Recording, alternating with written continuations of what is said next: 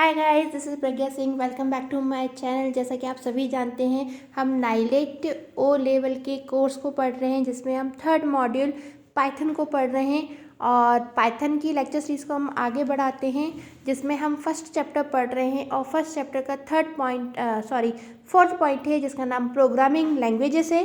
उस programming languages के क्रम को हम आगे बढ़ाते हैं और आज कुछ नया सीखते हैं। ओके फ्रेंड्स, तो पिछले वीडियो लेक्चर में आपने मशीन लैंग्वेज के बारे में देख लिया है। आज के वीडियो लेक्चर में हम असेंबली लैंग्वेज और हाई लेवल लैंग्वेज के बारे में सीखते हैं कि वो क्या होती है और किस प्रकार यूज़ में आती है। आइए देखते हैं। फिर नेक्स्ट जनरेशन आई, जिसको हमने क्या बोला, असेंबली लैंग्वेज बोला। ठीक है, अब इस असेंबली लैंग्वेज में क्या हुआ, देखिए, मशीन लैंग्वेज के बाद असेंबली लैंग्वेज आई। ठीक है, यानी इसने मशीन लैंग्वेज के कुछ ड्रॉबैक्स हमको दूर किया।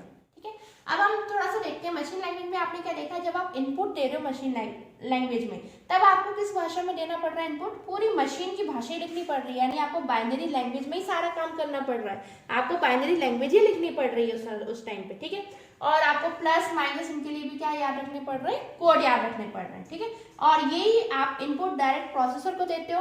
अब प्रोसेसर तो डायरेक्ट जो भी आपने दिया है उसको डायरेक्ट ले रहा है, क्योंकि आपने सारे का सारा काम किसमें किया है, मशीन की भाषा में किया है। तो मशीन लेवल लैंग्वेज में आपने क्या देखा था, कोई भी मीडिएटर सॉफ्टवेयर की आवश्यकता नहीं होती।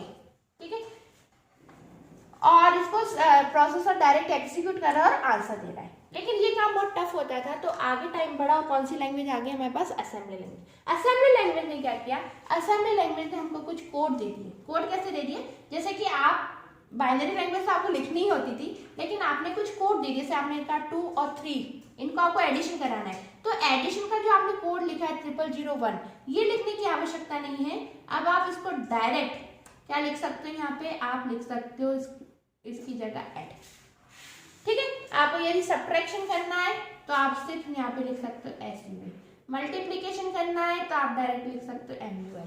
ठीक है, तो ऐसा होने से क्या हुआ, आपका काम बहुत सरल तो नहीं हुआ, लेकिन कुछ हद तक सरल हो गया। आपको ये जो एडिशन, मल्टीप्लीकेशन या इस तरीके से और भी कई सारे कोड होते हैं जो कि यूजर लॉजिकली यूज करते ही करता है, उन सब के क्या बन गए थे, कोड बन गए थे। और इन कोड को हम क्या बोलते हैं, न्यूमेरिक कोड।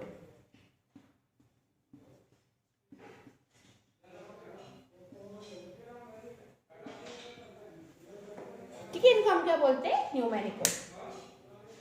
ठीक है, तो ये जो असेंबली लैंग्वेज में जितने भी कोड आए थे हमने क्या बोला, न्यूमेरिक कोड बोला। ठीक है, और ये न्यूमेरिक कोड कौन से थे आपके, से आपने ऐड, SUB, MUL ये सब लिख लो, ये क्या है, आपके न्यूमेरिक कोड है। ये किसने दिया आपको, असेंबली लैंग्वेज में दिए। ठीक है, अब आपका काम तो बहुत सरल हो गया कि आप यहाँ पे कुछ कोड को यूज करने लगे, कुछ हद तक आपका काम सरल हो गया। ठीक है, लेकिन कंप्यूटर तो एक प्रोसेसर है, ये तो मशीन ही है, तब भी मशीन थी, आज भी मशीन है।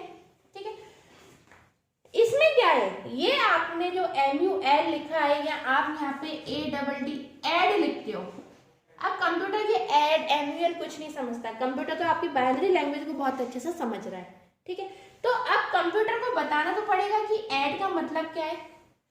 ठीक है, ये सेम उसी तरीके से इसका मैं एक छोटा सा एग्जांपल लेकर चलती हूँ। देखिए, दो व्यक्ति हैं जो आपस में बात कर रहे हैं। ठीक है, हम एक जनरल एग्जांपल लेकर चल रहे हैं। राइट, दो व्यक्ति हैं जो कि आपस में बातें कर रहे हैं। ठीक है, अब मान लो इस व्यक्ति को भी हिंदी आती है और इस व्यक्ति को भी हिंदी आती है, तो ये दोनों आपस में एक दूसरे से आसानी से बात कर सकते हैं। इन दोनों को बात करने में कोई भी तकलीफ नहीं होगी।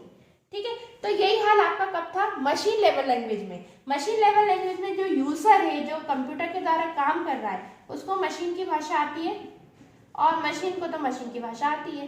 तो इस कंडीशन में हमें किसी भी मीडिएटर की आवश्यकता नहीं हो रही थी। लेकिन अगर मान लीजिए, फिर से एक लाइव एग्जांपल लेकर चलते हैं, एक व्यक्ति है जिसको इंग्लिश आती है और दूसरा व्यक्ति है जिसको सिर्फ और सिर्फ हिंदी आती है। इस व्यक्ति को सिर्फ और सिर्फ इंग्लिश आती है, इस व्यक्ति को सिर्फ और सिर्फ हिंदी आती है। ऐसी कंडीशन में दोनों व्यक्ति आपस में एक दूसरे से बात करना चाहते हैं, तो क्या पॉसिबल इनकी बातें, बिल्कुल पॉसिबल नहीं है, क्योंकि ना इसे हिंदी नहीं आती, इसे इंग्लिश नहीं आती। ठीक है, ऐसी कंडीशन में एक मीडिएटर की आवश्यकता है जिसको इंग्लिश भी आती हो और हिंदी भी आती हो। तो ये व्यक्ति क्या करेगा, इंग्लिश की जो इस व्यक्ति की पूरी बातें सुनकर हिंदी में कन्वर्ट करेगा और हिंदी वाले व्यक्ति को बता देगा। हिंदी वाले व्यक्ति की पूरी बातें सुनेगा, इंग्लिश में कन्वर्ट करेगा और इंग्लिश में को बता देगा। ठीक है, इसी प्रकार असेंबली लैंग्वेज का यूज कौन कर रहा है, काम हो गया। लेकिन प्रोसेसर तो मशीन है, तो सिर्फ और सिर्फ क्या समझती है, मशीन की भाषा ही समझती है, ठीक है। तो अब इसको कौन बताएगा ऐड का मतलब क्या होता है, ठीक है। तो इसके लिए असेंबली लैंग्वेज जब आई तब एक सॉफ्टवेयर का निर्माण हुआ, एक मीडिएटर या एक कन्वर्टर सॉफ्टवेयर का निर्माण हुआ जिसका नाम है असेंबलर, ठीक है, जिसका नाम क्या है, असेंबलर, ठीक है। ये असेंबलर क्या करता है, जब यूजर इनपुट देता है इस तरीके से, तो ये असेंबलर क्या करेगा, ऐड को मशीन की भाषा में कन्वर्ट कर देगा। इसको तो कन्वर्ट करने की जरूरत नहीं है क्योंकि तो मशीन भाषा में आपने लिखा है। ऐड को मशीन की भाषा में कन्वर्ट कर देगा, यानी ऐड को किस में कन्वर्ट कर देगा, वो जो भी मशीन का कोड चलता था तब, और फिर इसको कन्वर्ट करके वो इसको बता देगा कि यूजर इन नंबरों में एडिशन को चाहता है, ठीक है। तो किसकी आवश्यकता पड़ गई असेंबली लैंग्वेज में, एक मीडिएटर की आवश्यकता पड़ गई जिसको हमने क्या बोला, असेंबलर बोला। Okay fine. तो जो आपने मशीन लैंग्वेज पढ़ी थी उसमें आप डायरेक्ट सिर्फ और सिर्फ मशीन की भाषा में काम कर रहे थे, तो आपको किसी मीडिएटर की आवश्यकता नहीं थी। लेकिन जब असेंबली लैंग्वेज आई तब आपको किसकी आवश्यकता हुई, असेंबलर की आवश्यकता हुई, ठीक है। असेंबली लैंग्वेज में भी अब देखिए जो जितनी भी लैंग्वेज आई, भाषाएं, इनकी कई सारी भाषाएं इन भाषाओं पर काम करती हैं। जैसे कि असेंबली लैंग्वेज आई तो उस समय एक भाषा चलती थी कंप्यूटर प्रोग्रामिंग की, और उसको हम क्या बोलते थे, बी लैंग्वेज बोलते थे, ठीक है। आज के जमाने में आपने कई सारे नाम सुने होंगे, C++, आप पाइथन जो आप पढ़ने जा रहे हो, जावा, कई सारे नाम सुने होंगे। ऐसे पहले भी लैंग्वेजेस चलती थी, और असेंबली लैंग्वेज में जो मुख्य लैंग्वेज चलती थी वो कौन सी थी, बी लैंग्वेज, ठीक है।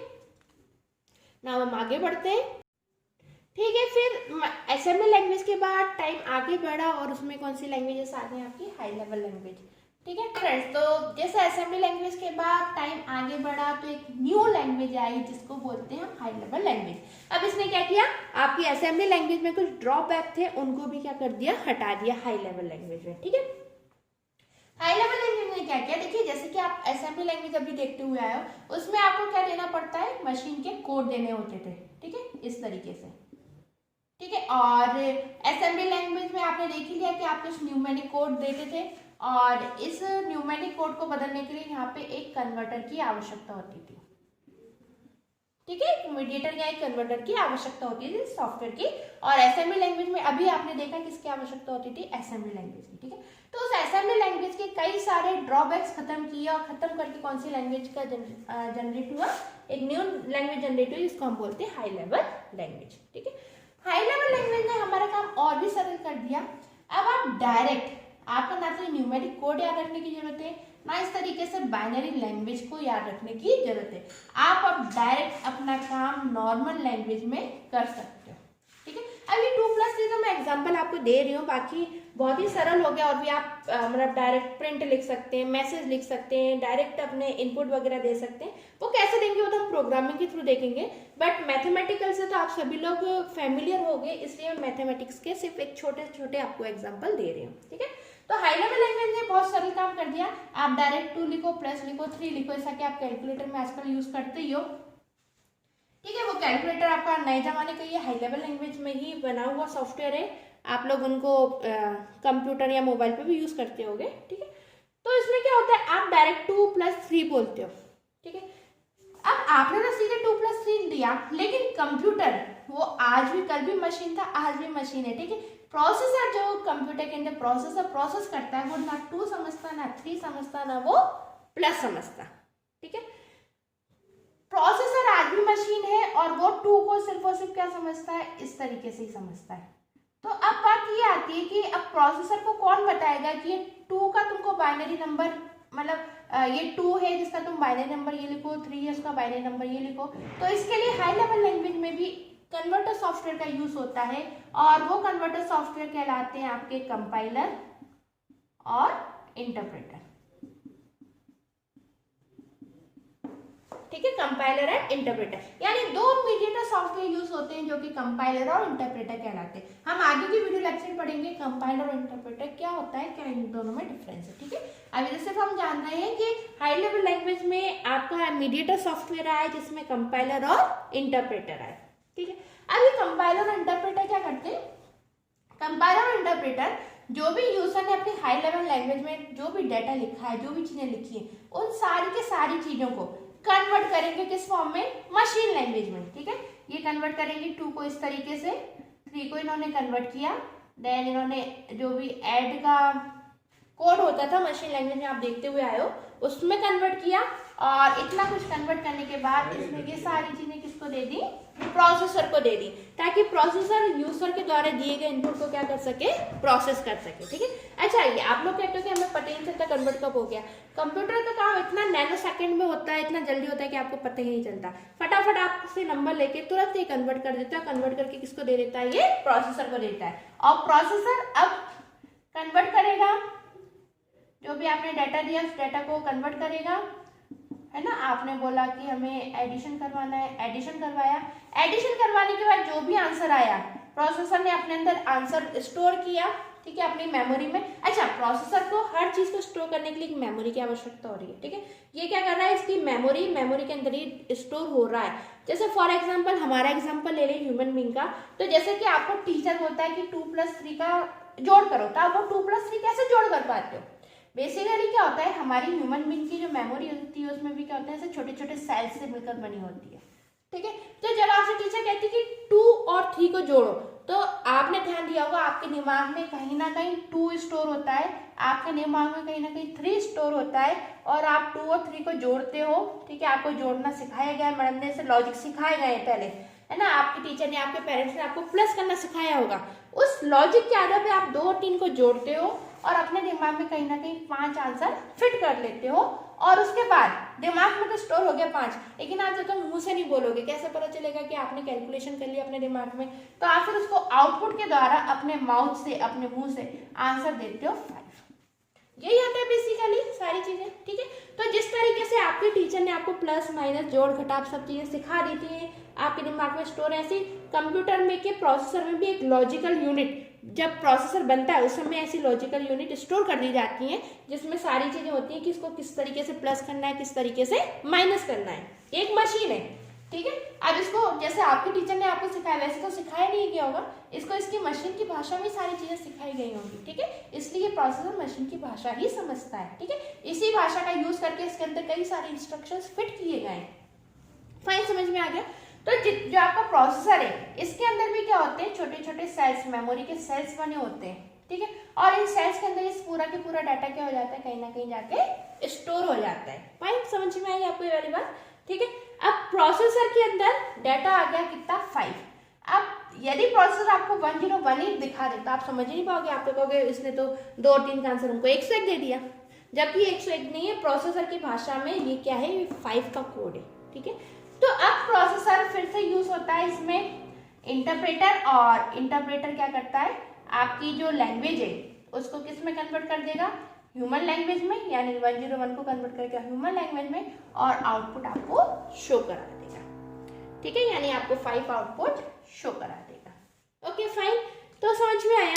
तो कंपाइलर इंटरप्रेटर क्या होते हैं, कंपाइलर इंटरप्रेटर एक ऐसे कन्वर्टर सॉफ्टवेयर है जो कि हमारी ह्यूमन लैंग्वेज को, यानी हम जो लैंग्वेज ये लिखी हुई है कौन सी, हाई लेवल लैंग्वेज है, जो कि हाई लेवल लैंग्वेज को मशीन की भाषा में परिवर्तित करते हैं, और प्रोसेसिंग हो जाने के बाद मशीन की भाषा को पुनः हाई लेवल लैंग्वेज में कन्वर्ट करके यूजर को आउटपुट दिखा देते हैं, ठीक है गाइस। तो आपको समझ में आई तीनों चीजों में अंतर।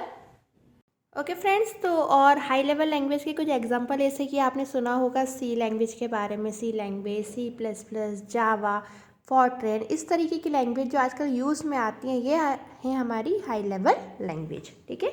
इनको और भी ज़्यादा एडवांस कर दिया गया है आने वाले टाइम में, तो इनको में से ऐसे जावा हो गई, इस तरीके की कई लैंग्वेज को जो एडवांस में चल रही हैं, इन्हें वेरी हाई लेवल लैंग्वेज भी कहा जाता है। ओके फ्रेंड्स, नाउ मिलते हैं नेक्स्ट लेक्चर में। Thank you so much, thanks for watching, please like, share and subscribe.